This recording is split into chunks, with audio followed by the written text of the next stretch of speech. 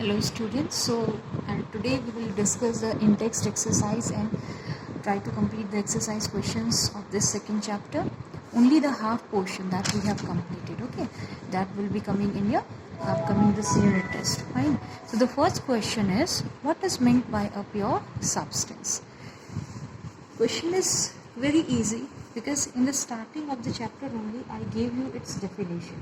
बिल्कुल स्टार्टिंग जब हमने स्टार्ट किया था तभी आपको इसकी डेफिनेशन बताई थी बेटा कि प्योर सब्सटेंसेस क्या होते हैं, which are made up of only one kind of particles. ठीक है, जो सेम काइंड ऑफ पार्टिकल्स के बने हुए होते हैं उनको हम क्या कहते हैं, प्योर सब्सटेंस की कैटेगरी में डालेंगे. Right. So what will you write down here? Pure substances are those which are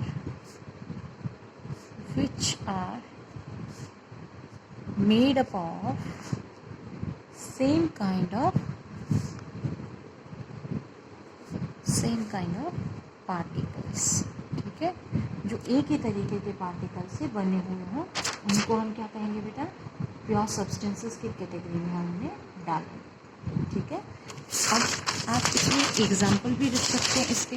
ठीक है, example like salt, common salt that we use, NaCl, sugar. Elements में से कुछ एग्जाम्पल डाल सकते हैं लाइक आयरन, कार्बन. एलिमेंट्स में दोनों कैटेगरी आ जाएंगी आपकी. ठीक है, metal, non metal and of course the metalloids. So ये हो गया इसमें. एंड प्योर सब्सटेंसेस के जो पार्टिकल्स हैं उनका केमिकल नेचर सेम होता है. ठीक है, क्या बताएंगे आप इसमें कि all the constituent particles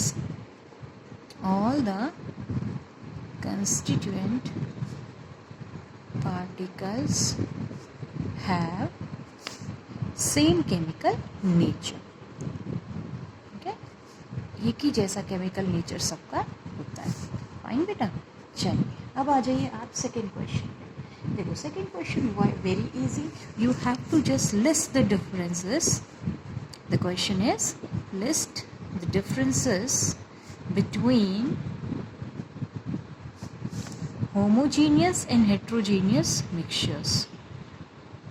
Between the homogeneous and heterogeneous mixtures. ठीक है, आपको होमो और हेट्रोजीनियस मिक्सचर्स के बीच में क्या बताना है बेटा? डिफरेंस बताना है. ठीक है, चलो तो फटाफट देख ले. पढ़ चुके हैं, पर नोट्स में आपको प्रोवाइड कर चुकी हूँ सब इसके. ठीक है, एक बार फटाफट से कि क्वेश्चन पूछा जाए तो how you have to answer. So here we will write down the homogeneous mixture and the side heterogeneous mixture.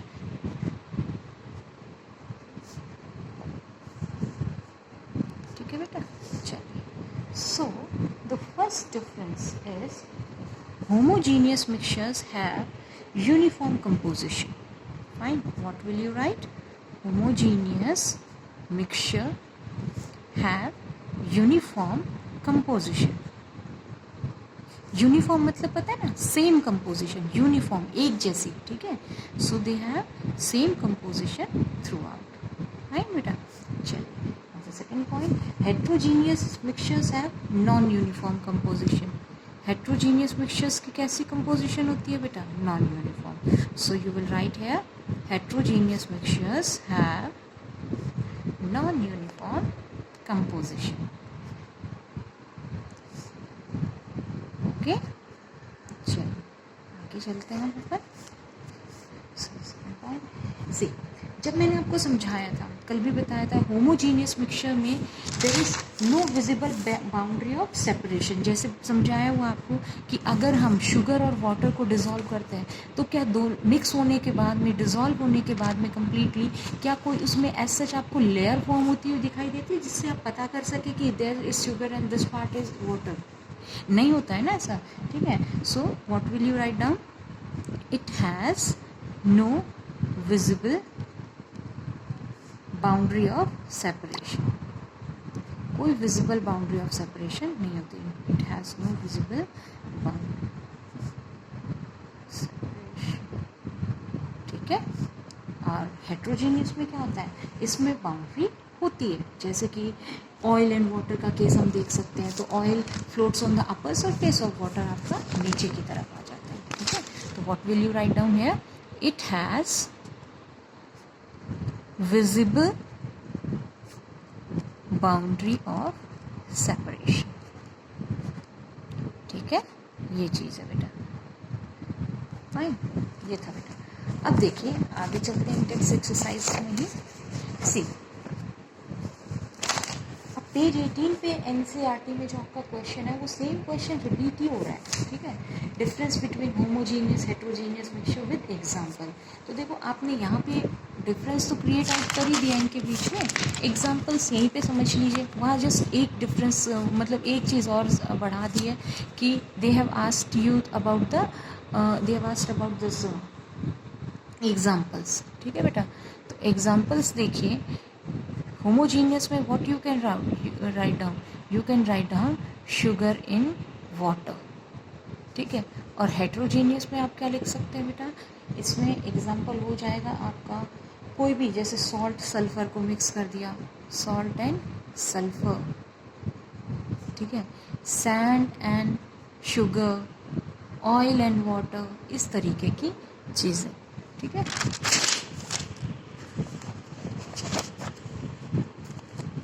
अब आप आ जाइए. So that need not to discuss now. Next question is how are sol, solution and suspension different from each other. ठीक है, question क्या है बेटा आपका कि हाउ आर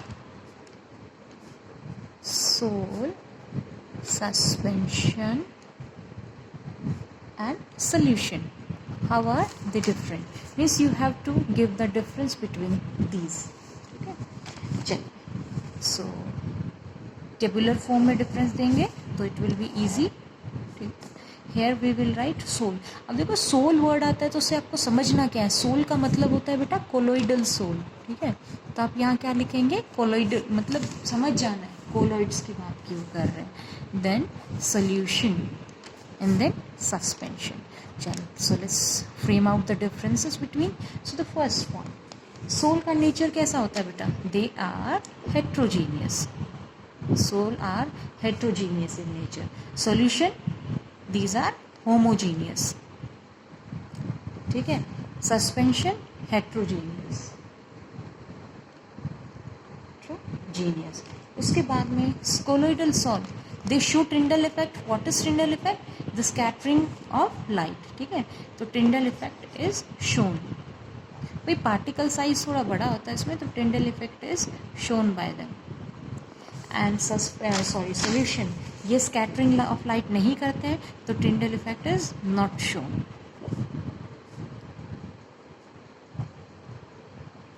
ठीक है, Tyndall effect not shown होगा इसमें आपका. एंड इसमें भी आपका सस्पेंशन में भी क्योंकि पार्टिकल साइज आपका थोड़ा बड़ा होता है तो they can also show Tyndall effect. They can show Tyndall effect. Tyndall effect means what बेटा, स्कैटरिंग ऑफ लाइट, लाइट को स्कैटर करना.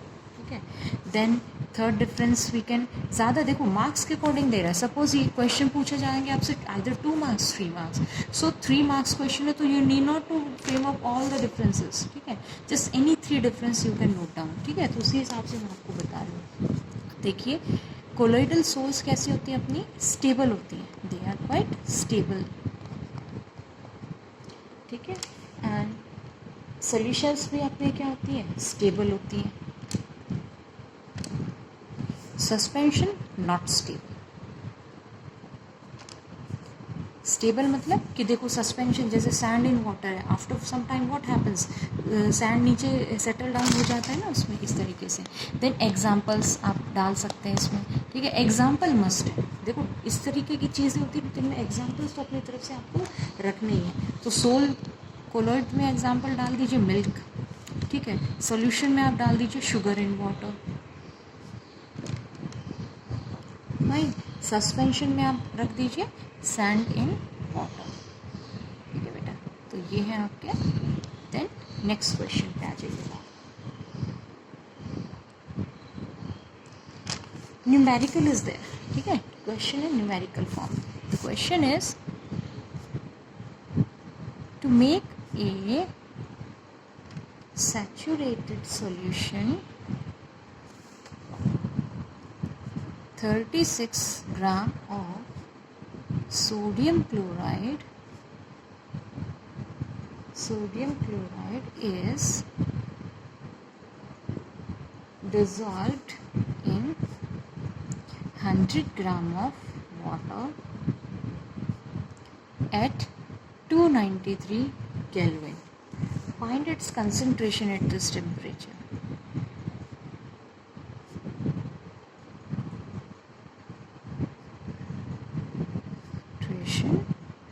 This कंसंट्रेशन फाइंड आउट करना है. ठीक है बेटा, क्या फाइंड आउट करना है आपको? कंसंट्रेशन. देखो क्वेश्चन दोबारा देखो आप लोग. ठीक है, क्या पूछा है बेटा इसमें आपसे? क्वेश्चन है to make a saturated solution 36 gram of sodium chloride is dissolve in 100 gram of water. What is this? 100 gram of water मतलब mass of solvent. And what is this? Mass of solute. Temperature दे रखा है क्योंकि एक आपको पता है solubility जो होती है टेम्परेचर अकॉर्डिंग होती है, बट हमें कैलकुलेशन में कहीं भी इसका यूज़ नहीं करना है. ठीक है, ये तो एक बस आप पर्टिकुलर है कि इस टेम्परेचर पे इतनी सॉल्युबिलिटी रहेगी. ठीक है, अब देखो कंसंट्रेशन किस टाइप की फाइंड करेंगे? वॉल्यूम कंसंट्रे मतलब मास परसेंटेज या volume percentage. So look here the unit given of unit जो गिवन है इसमें क्या है? Gram. And gram is unit of mass. So we have to find out the mass percentage. ठीक है, so before that हम frame कर लें कि what all is given to us. तो गिवन इसमें क्या क्या है हमें? Mass of solute. Mass of solute आपको कितना गिवन है बेटा? सोडियम क्लोराइड का 36 gram. Mass of solvent, solvent mass is also given to you, that is 100 gram. ठीक है, ये अब देखो आपको मास परसेंटेज का फॉर्मूला तो याद होगा ना बेटा? क्या होता है? This mass of solute upon mass of solution into 100. तो मास ऑफ सॉल्यूशन चाहिए. अब यहाँ आपको तो सॉल्यूट और सॉल्वेंट का ही गिवन है. So you will calculate first, you will calculate the mass of solution. ठीक है, सॉल्यूशन का मास आप कैलकुलेट कर दीजिए. अब मास ऑफ सॉल्यूशन क्या होगा इसमें आपका? जो मास ऑफ सॉल्यूट है प्लस मास ऑफ सॉल्वेंट है. ठीक है, चलो तो solute is 36 gram and solvent is 100 gram and that will be 136 ग्राम. कितना हो जाएगा? 136 ग्राम हो जाएगा. चलिए अब फॉर्मूला.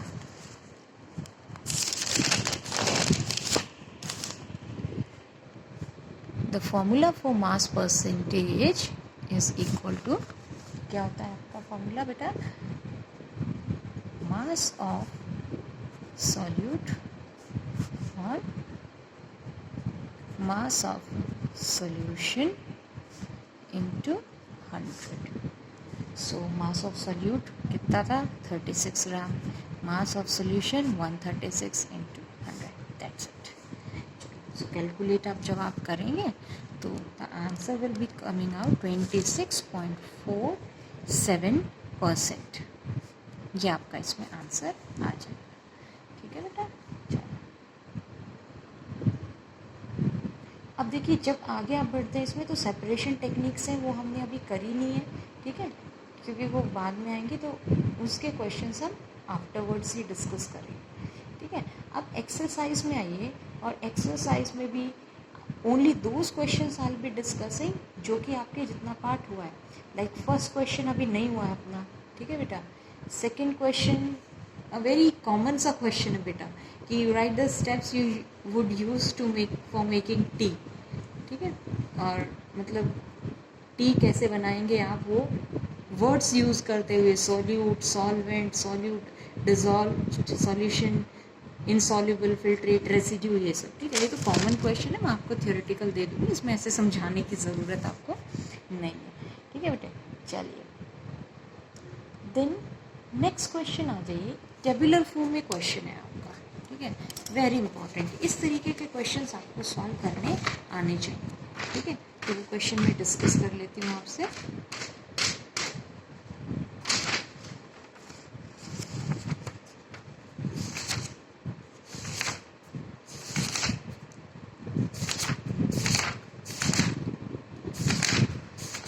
क्वेश्चन बेटा वैसे इजी है. जैसे प्रज्ञा एक लड़की, ठीक है, एंड उसने सॉल्युबिलिटी चेकआउट करी कुछ सब्सटेंसेस की, ठीक है। सॉल्युबिलिटी चेकआउट करने के लिए उसने, I am just finding out कि क्वेश्चन अगर बुक में अवेलेबल हो तो मैं डायरेक्टली आपको सुनाते हैं।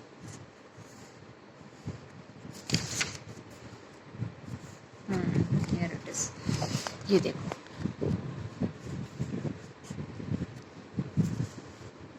This is the question, NCERT question है बेटा, इसको आप यहीं से समझ लेते हैं फिर अपन, ठीक है। एक स्टूडेंट है जिसने 4 सब्सटेंसेस की सॉल्युबिलिटी डिटरमिन की। सब्सटेंसेस क्या हमारे पास, potassium nitrate, sodium chloride, potassium chloride and ammonium chloride, ठीक है। और एट 5 डिफरेंट टेम्परेचर्स, अलग अलग टेम्परेचर पे, ठीक है।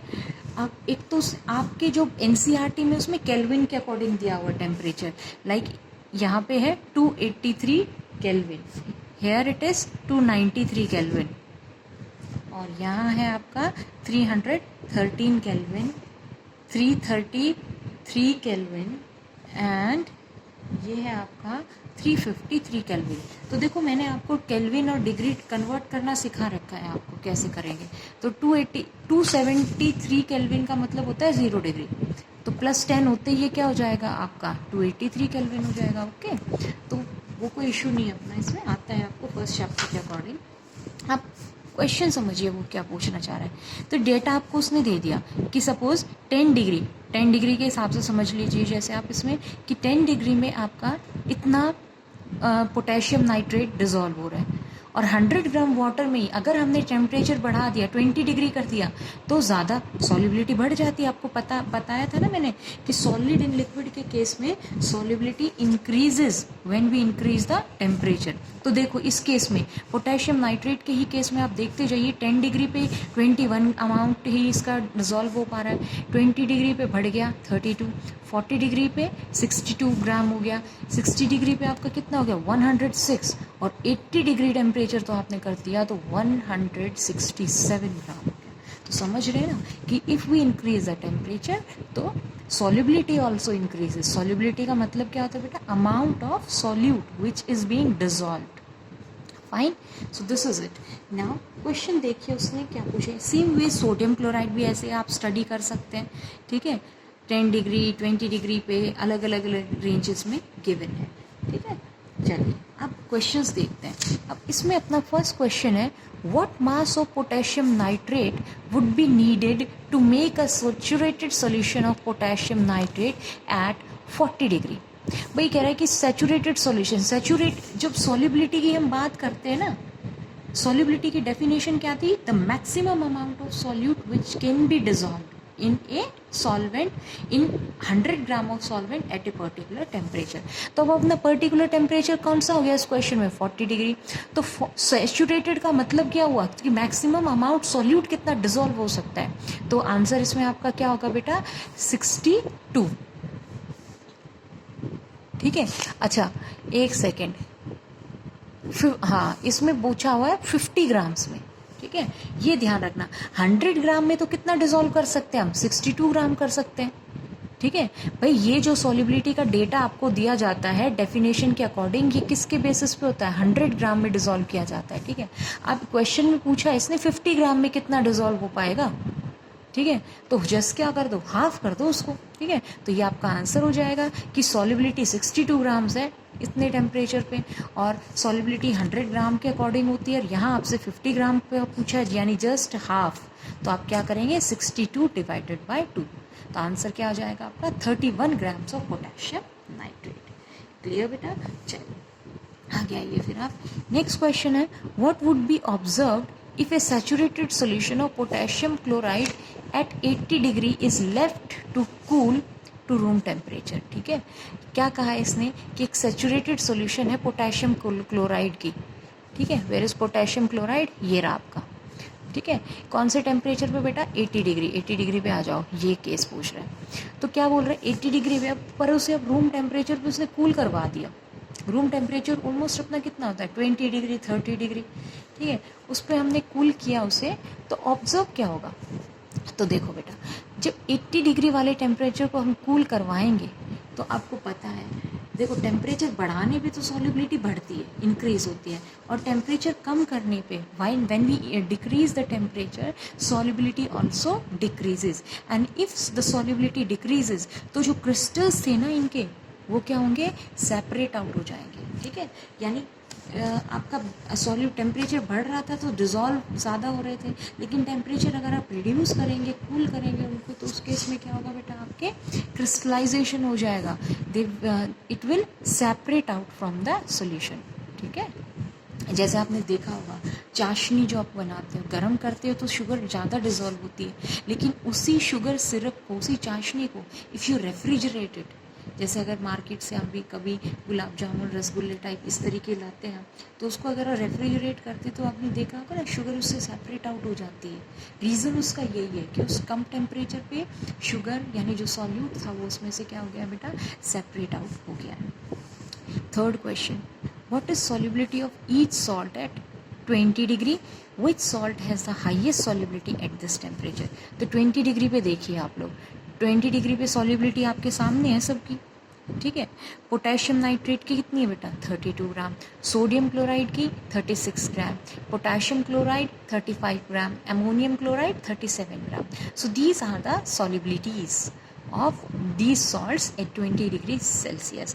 Now the next question they have asked is which salt has the highest solubility। highest solubility किस केस में, तो चेकआउट कर लो भाई, 32, 36, this one अमोनियम क्लोराइड, 37 यानी 20 डिग्री पे 37 ग्राम डिजॉल्व हो पा रहा है। What is the effect of change of temperature on the solubility as shown by above। उस वो मैंने पहले ही समझा दिया है आपको, ठीक है, कि टेम्परेचर का सॉल्युबिलिटी पे क्या इफेक्ट रहेगा। So what you can observe from here, देखो टेम्परेचर बढ़ रहा है तो सॉल्युबिलिटी भी क्या हो रही है, इंक्रीज हो रही है, ठीक है। तो what will you write down, the solubility increases on increasing the temperature, ठीक है बेटा। ये थे इसमें आपके क्वेश्चंस। देन नेक्स्ट क्वेश्चन है बेटा, बहुत इजी क्वेश्चन है नेक्स्ट इसमें। Question is explain following giving examples. उन्होंने आपसे 4 टर्म्स दिए हुए, एक्सप्लेनेशन पूछा है। एक तो है सेचुरेटेड सोल्यूशन, ठीक है, देन प्योर सब्सटेंस, प्योर सब्सटेंस में ऑलरेडी बता चुकी हैं तो बार बार उसे डिस्कस करने से नो नीड है ना। देन कोलॉइड, देन सस्पेंशन, ये सारे टर्म्स कर आपको बताने हैं। सो एक एक करके ले लेते हैं। Saturated solution, saturated solution, what is a saturated solution, let's see it। So what is this, it is a solution in which no more solute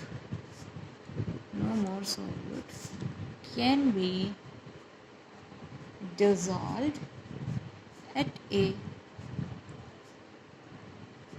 particular temperature, ठीक है, यानी और ज़्यादा सॉल्यूट आप उसमें डिज़ोल्व नहीं कर सकते हैं एक पर्टिकुलर टेम्परेचर पे, ठीक है। उसको तो हम क्या कहते हैं, saturated solution. Pure substance just अभी डिस्कस किया है, कॉलोइड के डिफरेंसेस फॉर्म में देख लिया था वैसे हमने, ठीक है, बट डेफिनेशन पूछे जाएंगे तो आप क्या लिखेंगे इसमें, तो डेफिनेशन के केस में कॉलोइड में what will you write down, it is a heterogeneous mixture, is a heterogeneous mixture whose particles are not as small as solution, यानी जिसके पार्टिकल ना तो इतने छोटे होते हैं जैसे कि सॉल्यूशन के हों, एंड ना ही इतने बड़े होंगे कि वो सस्पेंशन की तरह, ठीक है, यानी स्मॉल पार्टिकल्स नहीं है, बट दे आर, इतने भी नहीं है कि सॉल्यूशन की तरह, लेकिन फिर भी स्मॉल है, but they are so small that they can not be seen by naked I,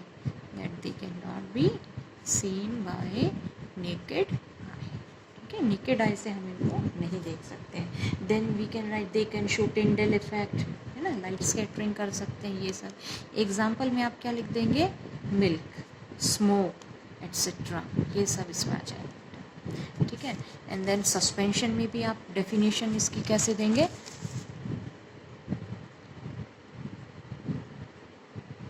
suspension, तो सस्पेंशन किस टाइप का मिक्सचर है, it is also heterogeneous mixture, ठीक है।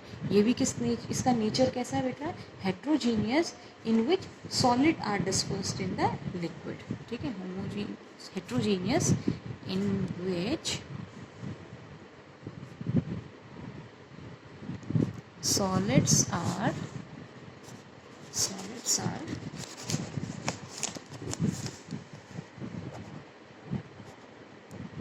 dispersed in liquids,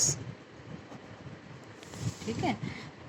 और जो पार्टिकल्स हैं वो डिज़ोल्व नहीं होते हैं बट दे रिमेन सस्पेंडेड, ठीक है। बता सकते हैं आप इसमें, the particles in suspension do not dissolve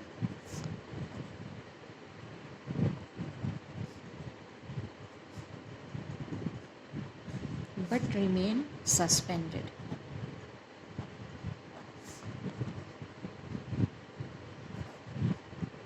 throughout the medium, ठीक है, they remain suspended throughout the medium.